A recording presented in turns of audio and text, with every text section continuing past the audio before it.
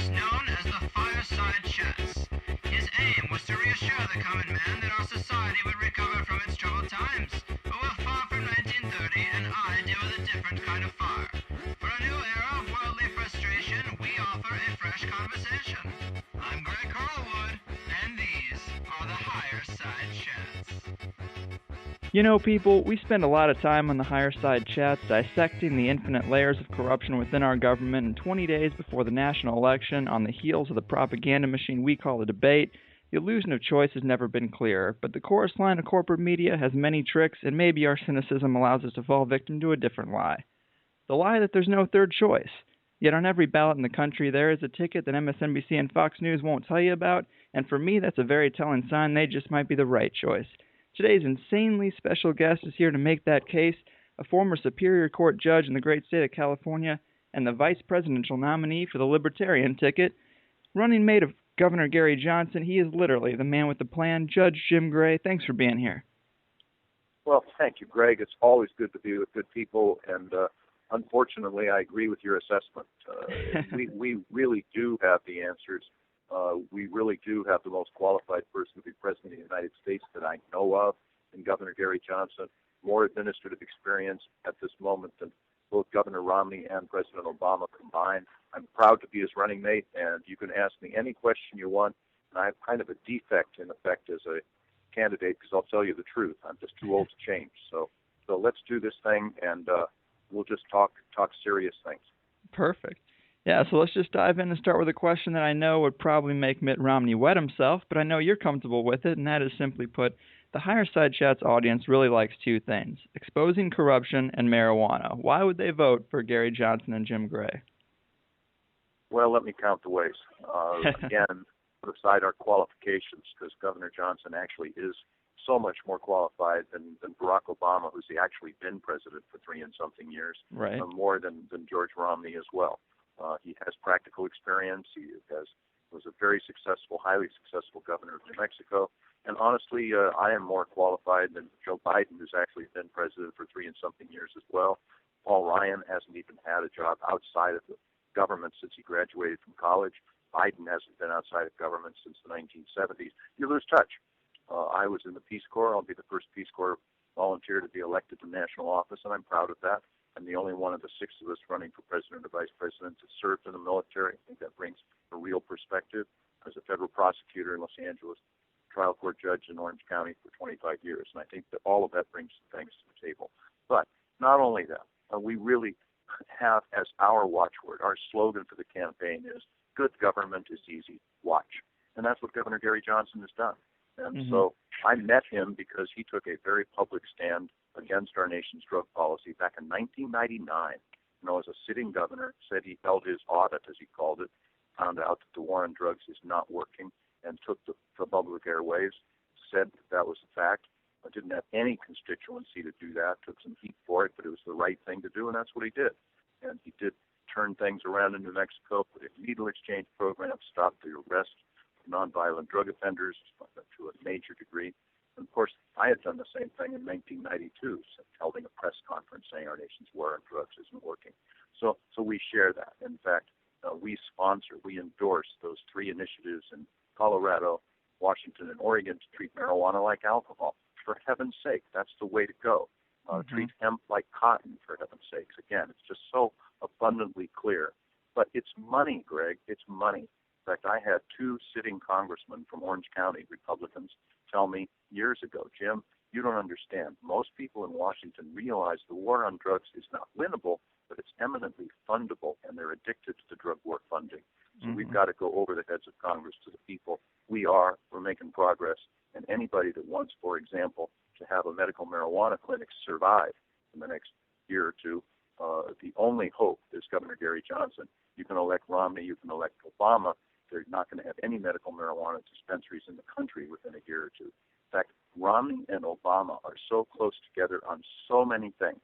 We call them Romney. They're almost interchangeable, keeping our military in conflicts all around the world. It just goes on and on. We say, we're not going to attack anybody. We're not going to be at war with anybody unless they attack us or our allies. So there's so many parallels between Romney and Obama. and we're on the other side. I mean, I can go on and on, which I have been doing, I guess, for a few minutes, but it's so vividly true that I'm proud to be the running mate of this guy. He's the right guy, and we're going to get this thing home. Can you explain how, although Obama frames himself as soft on weed by saying he's inhaled and he does these little skits with Harold and Kumar for the DNC, but in reality, the past 4 years have gotten actually tougher for marijuana users. Isn't that true? Yes, indeed. Oh, my goodness sakes. And he even acknowledged in his book that he used marijuana regularly when he was working in Chicago. In fact, he even acknowledged in his book that he used cocaine. And now, of course, he had his Attorney General, Eric Holder, who issued that memorandum, which I really took encouragement with, saying, we're not going to use federal resources to arrest, convict anyone for medical marijuana as long as they're in compliance with state and local law, which I found refreshing and appropriate. Now, of course, they're really attacking even some of the best of the medical marijuana dispensaries because he's lost control of his government or for whatever reason. Yes, we have an arrest for marijuana every 43 seconds in our country. Every 43 seconds, and 85% of those arrests are from simple or for only possession. And it's just disgusting. It's outrageous. We're spending resources on this when literally we could and should be spending them on robbery, rape, and murder. And so it really, this is the thing, Greg, that pushed me over to come out publicly against this. The tougher we get with regard to nonviolent drug offenses, literally the softer we get with regards to the prosecution of things like robbery, rape, and murder, because we only have so many resources in the criminal justice system. Let's spend them to take those out of commission that are causing us harm. It's absolutely outrageous. We're going to change it, and they're not. Amen. And I've seen a lot of videos online, and you've written a book where you talk about the failings of drug prohibition, which is great, and I encourage everyone to seek that stuff out. But I wanted to ask you some questions that I don't hear asked, but are important to me. For example, how do you feel about Julian Assange and Bradley Manning and the situation that occurred there? Well, it's just no different, particularly than any of these other things. We simply we're hypocritical. We're simply using resources and squandering them. We need to hold people accountable for their actions, and Governor Gary Johnson and I believe that. But squandering these things on other things, just like these cases, is simply contrary to reason, contrary to what people should do with their critically important discretion in the entire justice system. It bothers me because currently it seems like secrecy is more important than morality within our government. So if you were to expose something immoral, you're going to spend your life in a dark hole somewhere and no one's going to hear about you. Do you think that whistleblowers should have some type of protection? Absolutely. The answer, of course, is yes. You just have to focus. I've been in the criminal justice system, and I'm a prosecutor, criminal defense attorney, judge. Bureaucracies are really, really good at one thing, and that is increasing the size, the power, the control of bureaucracies. And that's where we're going. And it's just outrageous, really, as we as citizens see what our government is doing. And you can go back to Thomas Jefferson, a hero of mine, who said, if you have the people afraid of their government, that's tyranny. But if you have the government afraid of the people, that's democracy. Greg, guess where we are today? The government continues to have us live in fear. And they're pushing that. It's for their own benefit, but certainly not for ours. We're going to a police state. We are in a tyranny situation. We need to gather back and reclaim the soul of the United States of America, which is our freedoms and our liberties. And our soul is under attack for so many reasons by our very own government. And it's just something that the founding fathers would probably take up arms against us. We're really, really giving away our liberties without much of a fight. Shame on us. Shame on us eternally. I agree.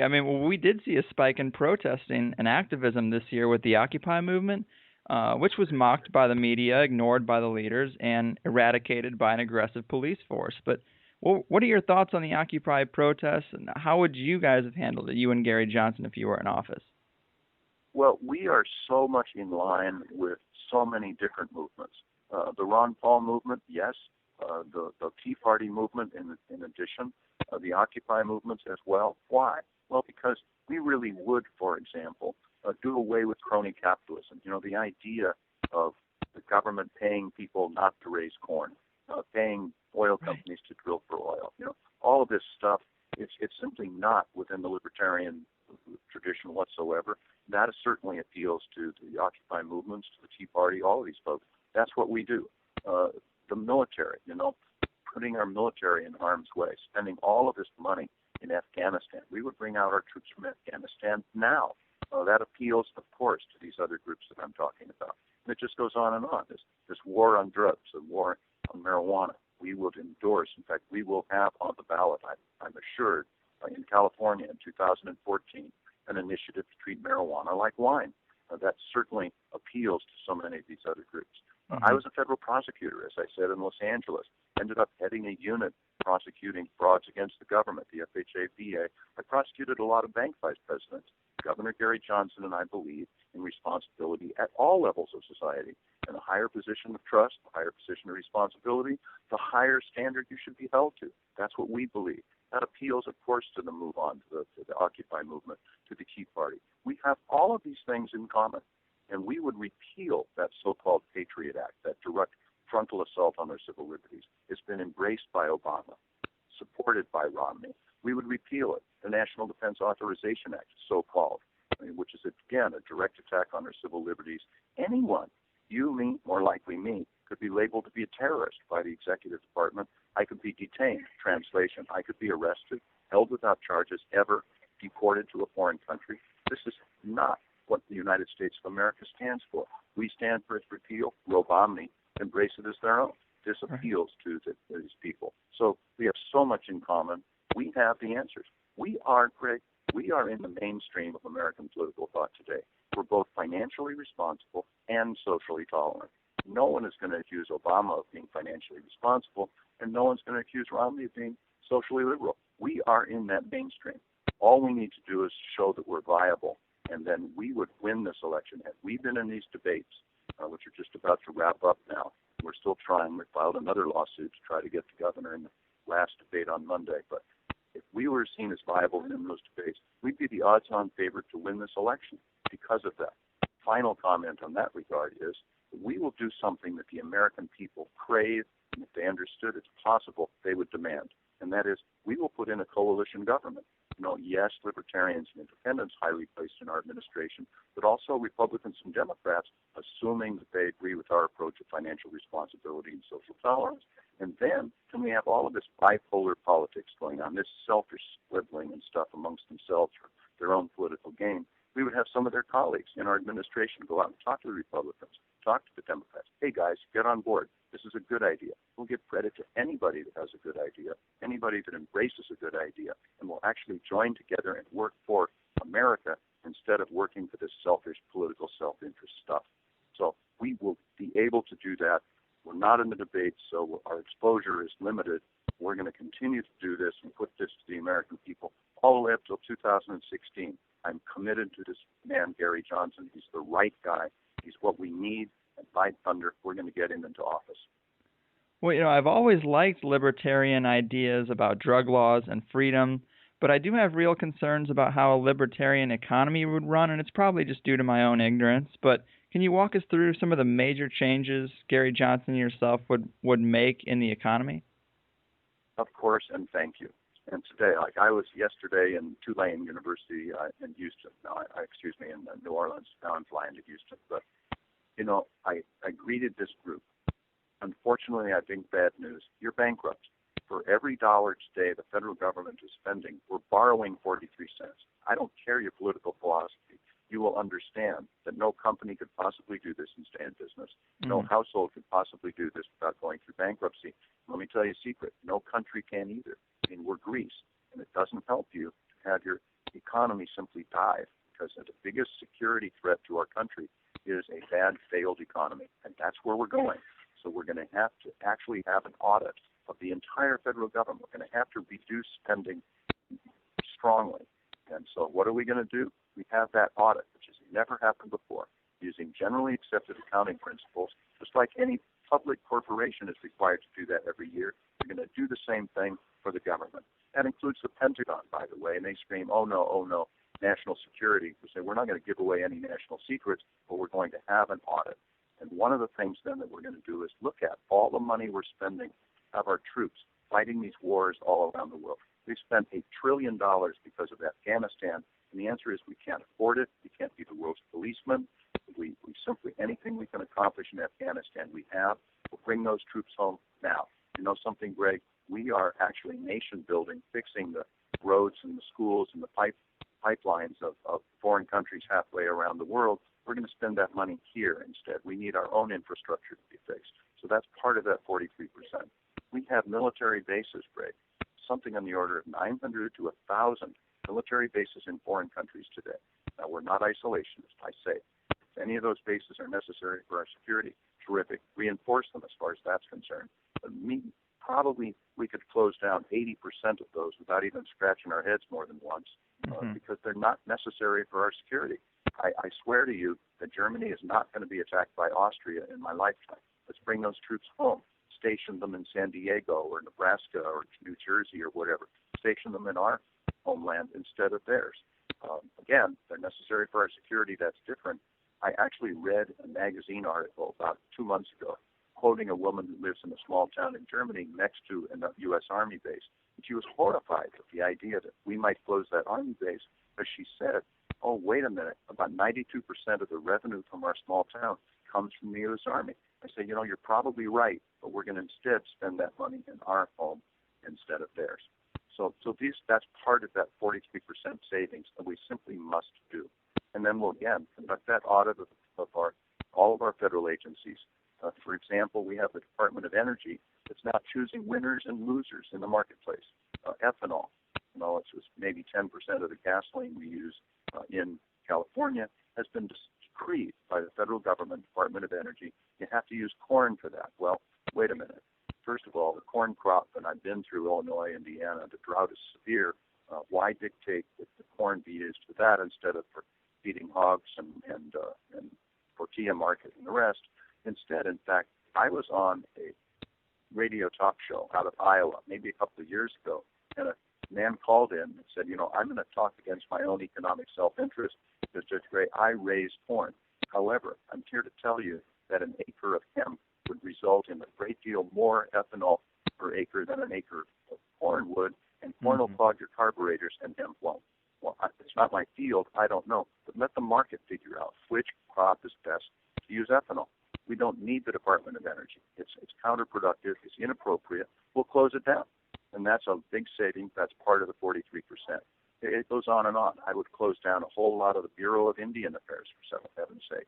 You can talk to Native Americans, and I've talked to probably 50 in the last couple of years. You ask them a question, what do you think about the BIA? They despise it. Wouldn't you, Greg? If they don't trust you to educate your own children, poor baby, we'll do it for you. Nonsense. It's insulting. We'll close that down. So we just look at things, we'll disclose everything very publicly and say, wait a minute, this one isn't working, this one's duplicative. We've got to reinforce our economy because that's our security threat, and we're going to give an honest look to it and reduce that obese federal government simply doing things that are inappropriate. It goes on, but I think you get the idea. Yeah, I agree. Just the changes in ending the wars and the drug prohibition, that alone would do wonders for the economy and plug up some holes of just where we're bleeding money. Let me again insert that, sure. We actually had in our initiative to regulate marijuana like wine. You don't have to listen to me. It was the language from the Attorney General's office that if we were to treat marijuana like wine, we would save tens of millions of dollars every year in enforcement costs. That's just for the state of California alone, and hundreds of millions of dollars would be gained by taxation. So we could use that money to pay our firefighters, pay our teachers, fix our highways. That's just one thing, but it's huge. It's just absolutely huge. The United States of America leads the world in the incarceration of our people, both by sheer numbers as well as per capita. And here I assure you that we're number one does not make me proud. We're ruining people's lives. In California alone, tens of thousands of people are in prison as we speak that simply should not be there. Very expensive pastime. Prison Guards Union, of course, is savoring it, and they're thriving. But it's simply harmful. We can't afford it. It's inhuman. We're breaking up families, taking parents away from children, the rest of that. So let's focus on what people do and instead of what they put into their bodies, and then we'll be a lot more successful. So again, this is exciting, Greg. This is the most exciting thing that's happened to me since the birth of my children. I mean, this is the right guy. He cares about people. Again, I do too. I was in the Peace Corps. We're going to make sure, yes, we have a safety net for our people, but government will be the last resort instead of the first resort. But when it comes down to it, nobody is going to be starving in our state or country. Nobody is going to be bleeding or not have medical care. But government's the last resort instead of the first resort, and we're going to spend money, get a lot more value to that money, and really tear down this obese, intrusive federal government that we now have, taking away our liberties, etc. So again, it's just an exciting thing, and I'm proud to be involved. Of course. What you just said is really, really important to me about the safety net, because I do worry on the federal level with the changes that you'd make with the drug policy and the military. I mean, that's going to decrease the deficit and, stop us from bleeding money as a country. But individuals, I worry about some of the programs that libertarians talk about cutting, because without short-term unemployment or government assistance, how could I suddenly lose my job and not also lose my home before I found another one? Well, I understand, and unfortunately, it was the government that really created this problem with the banking and the problem with the housing and the rest of that stuff, because we actually insured risky loans or loans that transparently were not going to take place. But once again, and just talk about health care, when it comes down to it, we're going to get the government out of our health care for people that can take care of themselves. Greg, I know neither you nor I wants the Department of Motor Vehicles to be monitoring and doing our health care. But when it comes down to it, again, if people simply cannot take care of themselves, we're going to have health care for them. We're going to put in, under, at least as far as I am concerned, government clinics or sponsored by the government to provide medicines, nurses, and hospitals for people and doctors instead of administration, bureaucracy, and fraud. And, if you can call it socialized medicine if you want to, but that will be the ultimate safety net where we're going to spend money on doctors and medicines, etc. And you can call it socialized medicine if you want to. I lived in a socialized medicine facility for 4 years. It's a great socialistic enterprise called the United States Navy, where I or my dependents can go to the naval clinic. We could get pretty good health care. And when it comes down to it, that's what we'll do. But today, and we've had this morass of bureaucracy, this Obamacare is increasing the bureaucracy, driving medical doctors out of the field, throttling our whole health care system. And the answer is no. And the answer is no. We will repeal that. But when it comes down to it again, I promise you, I have anything to say about it at all, and I know Governor Johnson feels the same. We're going to have that safety net. The government will be the last resort instead of the first resort. It's going to work. Well, let's actually discuss corporations for a minute, because this is another issue. I love that libertarians deregulate things for the individual, shrink the size of government, but they also get rid of some of the regulation on corporations. And it's my opinion that corporations are moralists when it comes to their bottom line. That's why our food becomes cheaper and less nutritious. It's why at my day job, out of the 11 store managers in my district working 50 hours a week, running $1 million stores, 0 of them can afford to be homeowners. But do you really think less regulation on corporations and eliminating the minimum wage, which is something I've heard about, do you think that'll help the American people? The answer is yes. Governor Gary Johnson, when he was the governor of New Mexico, actually streamlined regulations. Look, we need government, no question about it. We need regulations, but they need to be more user-friendly, understandable. I mean, you can look at these supposed regulations going back to the medical marijuana dispensaries. Nobody understands what they are. And I sympathize with the police, certainly the dispensary owners, and certainly the patients. Nobody really knows what to expect. They don't know what the regulations are. We will streamline them, make them understandable, user-friendly, and of course we need regulations. When Governor Johnson was in New Mexico, he did streamline regulations, and that resulted in the creation of more private jobs in the economy per capita than any other state. So, again, we need regulations. I'm not going to go back to laissez-faire and say, corporations, bless your corporate heart. They will take advantage of the system, just like individuals will. We need responsibility. We need antitrust laws. I mean, that sort of thing. but they have to be streamlined because bureaucracies, again, can tend to expand, tend to invade your privacy, invade your world, because they really need to justify their existence, and we need to pare that back. We'll still have it, but we'll have it more streamlined, more understandable, and more fair. In fact, if you're worried about creation of jobs, we have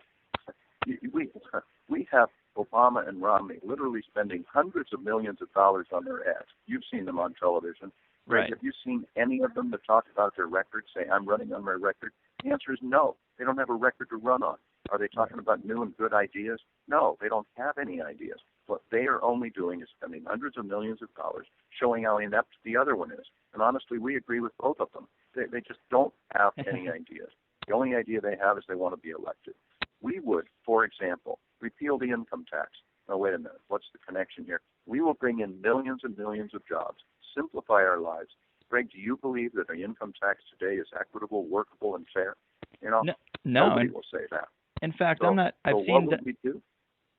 Well, I was going to say I've seen documentaries that say the income tax isn't even formally on the books as a law.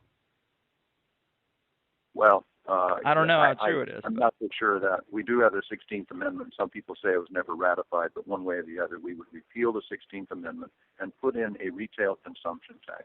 Now, look, today our goods, for example, have a competitive disadvantage because they have paid taxes on them through the companies that make them before they leave our shores as exports. You know, income taxes, they pay payroll taxes, etc.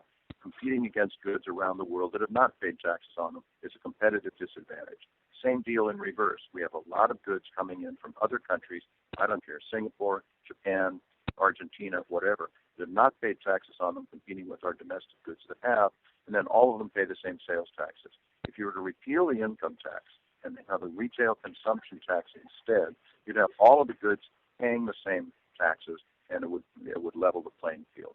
Now, I was in an airplane recently sitting next to an executive from Nike, the shoe manufacturer, who said, his eyes got big, and he said, Judge Gray, this is sensational. If we were to repeal the income tax, most companies would bring their manufacturing back to the United States of America. Translation, that means millions and millions of jobs. So it's a reverse outsourcing. But wait a minute. Wouldn't this, in effect, be a tax on the poor, unduly regressive on the poor? And the answer is Governor Gary Johnson will take care of that. For example, how much would this retail consumption tax be? I don't know. Let's say 10%. Probably be somewhere between 8 and 10%, or 8 and 12%. If it were 10%, first of all, understand, Greg, that everybody that's working and receives a payroll check would no longer have any withholding for income tax, for Social Security. All of that money would stay in their pocket because it would be paid by the consumption tax, so people will have more money to begin with. That's a good thing. However, what about the poor? If Governor Johnson is in there, he will actually have a rebate to every adult in the country every month, say for an amount of $100. That means that if you spend $1,000 a month on goods and services, you'd end up paying no taxes at all. If you're really poor and spend less than that, you'll actually make money on the deal. So that will certainly take care of the poor, and then everybody will pay the same 10 cents tax on every dollar they spend over $1,000, Bill Gates on down. Now, I think you would agree with me that people that have money spend more money than people that don't, so they're going to pay a larger amount of taxes. It's really going to work. It will simplify our lives. You can make business decisions for business reasons instead of tax reasons. And, by the way, there are numbers of companies that have mastered the system, have all these tax breaks for them. They don't pay taxes at all. Think General Electric if you want to. That would change that dynamic so that people actually will pay a lot more. It will be fair. People can make personal decisions for personal reasons instead of tax reasons.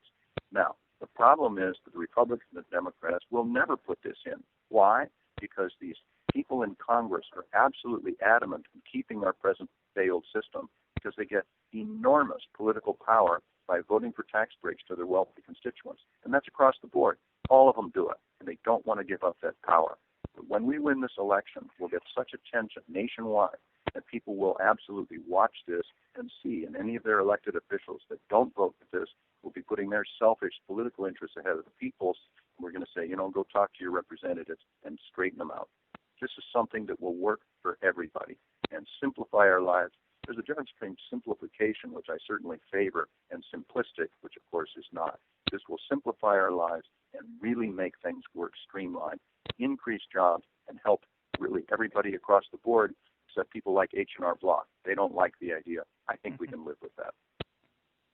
I like a lot of what you're saying. But something that really does concern me in terms of corporations is we have a system where limited liability corporations like Bayer, for example, this happened a few years ago, they can find that they have HIV-contaminated blood, and because it's more profitable, they can dump that on foreign markets and then pay the fine and still be trusted to put products on our shelves with nobody to hold accountable because of the limited liability.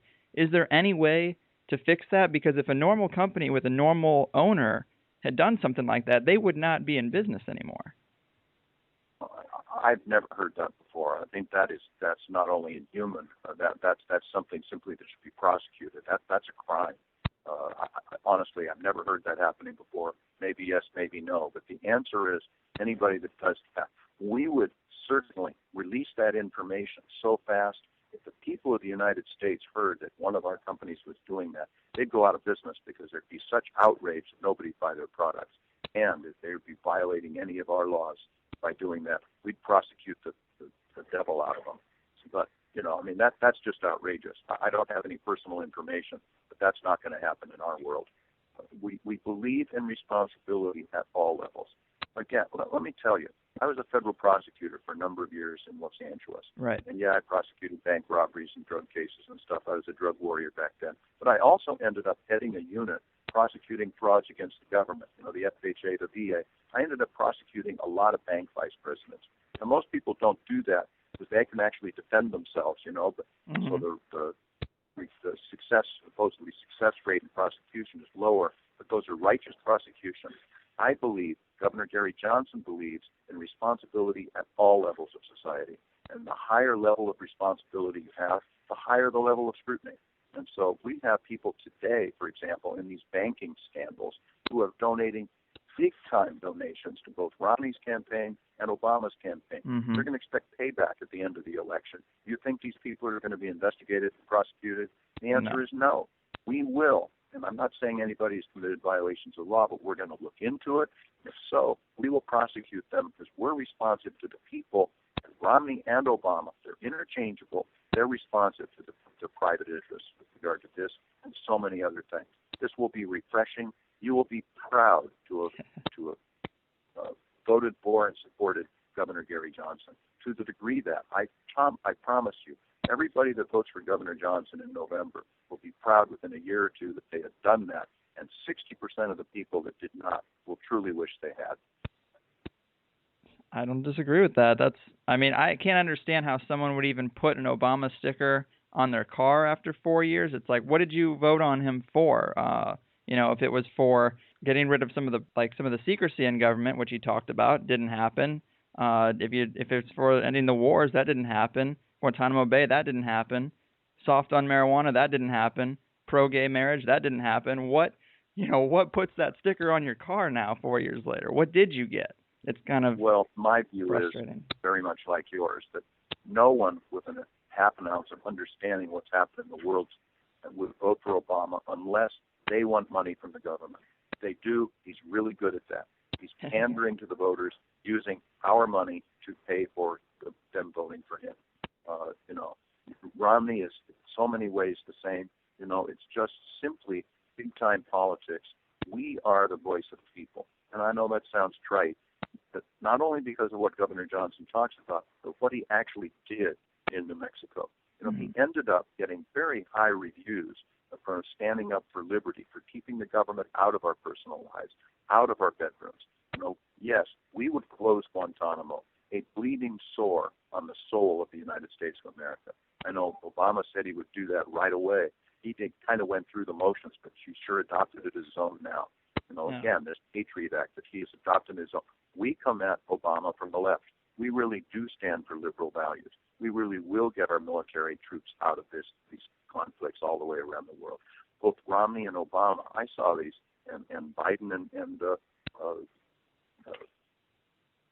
his name escapes me, Paul Ryan. Ryan. They're almost out machoing each other to see who's going to bomb Iran first. We say, no, we're not going to bomb Iran unless they attack us or our allies. We're not going to go to war with Iran unless they attack us or our allies or anybody else. We're going to declare peace. I promise you, though, that if somebody attacks us or our allies, they will truly wish they had not. But otherwise, we're going to declare peace around the world. Obama, my goodness, he's even talking about, I saw in the Times a little while ago, he's talking about putting our troops in Mali, for heaven's sake. Do you believe Mali is a security threat to the United States, or Right. Sudan, or Yemen, or whatever? The answer is no. So Obama is not one with liberal values. He simply isn't. Gay marriage, he came out at the end of his administration, a couple of months ago, sending his vice president to meet the press, who kind of opined, well, maybe I'm rethinking this whole idea of gay marriage and the rest. I don't speak for the administration, but maybe I'm changing my thoughts. Let me sit back and wait and see what kind of a reaction it is. 2 days after that, Obama makes the comment, well, I'm kind of reconsidering this, but it's a state issue. Translation, I don't have to do anything about it. 2 days after that, he was at George Clooney's house in Hollywood and raised $15 million, basically, from the gay and lesbian community. Mm-hmm. He's pandering. He really believed that. He would have done it at the beginning of his administration. And we say, wait a minute. We believe in marriage equality. It is the next step in the progression from racial equality to gender equality, and now it's marriage equality. And it's a federal issue. It's a 14th Amendment equal protection issue. We will enforce it federally. So you can agree with us or disagree with us, but that's our position. You'll know what our positions are, and we actually believe this, where Governor Romney, I know where he comes down on that, and I Right. disagree with that. But Obama, I don't know what he believes about anything. He's just pandering to people, trying to use their money, use their votes, but he doesn't stand for it. We do. Mm-hmm. I agree. Libertarians seem to be about streamlining and simplification, but what about eliminating public representatives and voting online so that people don't have to worry about campaign promises being kept? I think that those ideas, in fact, I'll take that 3 steps farther. And I'd never thought of this before, but on the campaign trail about 6-7 days ago, I had a man come up to me and say, Judge Gray, when we actually began with our republic, that we actually had each representative from the House of Representatives represented about 15,000 people in his or her district. And now, of course, the number of the members of the House of Representatives stays the same as 435. That's not in the Constitution, by the way. But now, of course, they're representing hundreds of thousands of people. Why don't we go back to the original representation of having each representative simply represent like 15,000 people? I just quickly kind of thought in my mind, well, that would result in something like 2,500 members of Congress. I said, that's true. But, like you say, Greg, let's change this and allow them to stay at home and have a home office, and they'll do business on the Internet.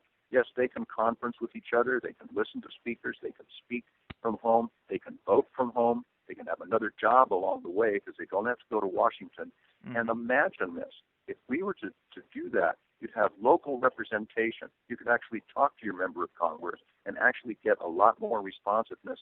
And those lobbyists that are now in Washington, they'd lose their control because they won't be able to pigeonhole and talk to all of Right. the people from Congress. They'll lose their influence. The people will gain influence.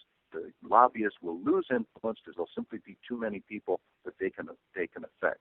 It will result in democracy like we've not seen it in decades. I think this is a sensational idea. Me it's too. New That's to me. great. I'm just thinking it out, but it can work. You can vote from home. You can have another job, so you'll have to be realistic. You'll be a lot closer to the ground and the people and representation. I think it's a sensational idea. Yeah, I think that's great too. I hadn't thought of that myself. And Judge, since you are actually at the airport now, what do you think about the TSA and some changes that might need to be made? Goodness. I get infuriated. For a long time, I would opt out of this nude screening, as I call it, and I still don't know how much radiation's coming into my body, etc. Right. But then the indignity of them literally touching every inch of your body, first from the front and then from the back, I get so upset that I now go through the nude screening thing instead. But answer, Greg, is I'll give you 2 answers. The first is that I was in line to go through TSA, actually in Orange County, where I live, and I'm doing a lot of flying, as you can imagine. There was a young man ahead of me. He had a backpack on his back, and he had this little emblem, little badge on his backpack. My eyes weren't good enough to see. I didn't want to put my nose on his backpack, so I simply said, what is the badge? He said, I work for Homeland Security. I said, okay. They make you go through screening too? He said, yes. And I said, let me ask you a question. Is taking my shoes off going to make us safer on this flight? And he looked at me, smiled, and said something truly notable, which is, the grand illusion of security. Come on, it does not make us safer. You can look, in fact, since then, I've spoken to a guy that worked for TSA for 5 years. He was actually in civilian clothing and would kind of meander through people and see if anybody looked suspicious. And he said, Judge Gray, you cannot imagine how much bureaucracy, how much waste there is in this TSA. So the answer is, we'll privatize it. We will do away with the TSA, privatize it, and give the security back to the airlines. They have a vested interest, Greg, in keeping us safe. To put it mildly, it's bad press if you have your airplanes falling out of the sky. So we will. You can hear I'm getting close. Are you getting called? We can do this. Sorry about that. The answer is that we will we will abolish the TSA, privatize it, and allow the airlines to oversee the safety. They will do it. So that's just one of the things. As you hear, I'm going to have to get on my plane. Yeah, of course. Greg, it's a pleasure to talk with you. Yeah. Let me just close by saying that I appreciate the opportunity to discuss these issues. We do have answers. We didn't talk about health care, particularly immigration, which is a failed system. So I can say in summation that Governor Gary Johnson is the most qualified person to be president that I know of. I am really excited by this. The most exciting thing that's happened to me since the birth of my children. And go back with a final quote to Thomas Jefferson. After we finally ratified the Constitution, was quoted as saying that, look, we're going to have a revolution every generation in our country to protect our fragile democracy. Why? Because the private interests will inveigle their way into power and sap our vitality and sap our strength. I deeply believe that the revolution is finally here. It's been so many generations, and it's here in the presence of Governor Gary Johnson and Judge Jim Gray. We will do things to bring back to our country that prosperity, that equal opportunity, and freedom that literally is now slipping through our grasp. So thanks for the opportunity, Greg. Look forward to talking to you again soon, and good luck to us all. Hey, thank you, sir. You won my vote. I urge everybody to go out, check their positions. I mean, I know this audience isn't voting for Romney or Obama, but don't stay home. There is an answer. Instead of just bitching from home on the internet, let's go out there and try to change things. So, yeah, I appreciate it. It's really been an honor. I appreciate your time so close to the election. I'd also highly suggest that Governor Johnson yourself reach out to Joe Rogan and Duncan Trussell. They've got some massively popular podcasts, and it'd be a good way to reach the people and combat the media blackout that you guys seem to be victims of. But thanks and best of luck, sir. What you were going to say? Certainly, thank you, and just call my scheduler, and we'd love to do it. My life is not my own at the moment, but you know who my scheduler is, so call her, and we'll see what we can work out. Once again, thank you, and good luck to us all. Perfect. Take care. Bye. There you have it, people. A vice presidential nominee in a national election taking the time to talk to us on this silly stoner conspiracy show. How can I not vote for him? I hope you feel like I used the time well and asked some good questions you care about. But seriously, guys, this is not a lesser of two evils situation. These guys really care. Of course, think for yourself, but I've been researching them all week. And we can talk about the integrity of the voting system on another show, but endless cynicism gets you nowhere, and Gary Johnson and Jim Gray are brave enough to fight the battle for us if we're willing to spread the word, so tweet on, people. Here's a great track by a very talented band called the High Cell. It's called Underachiever. Don't be one, and I'll catch you later. Seacrest out.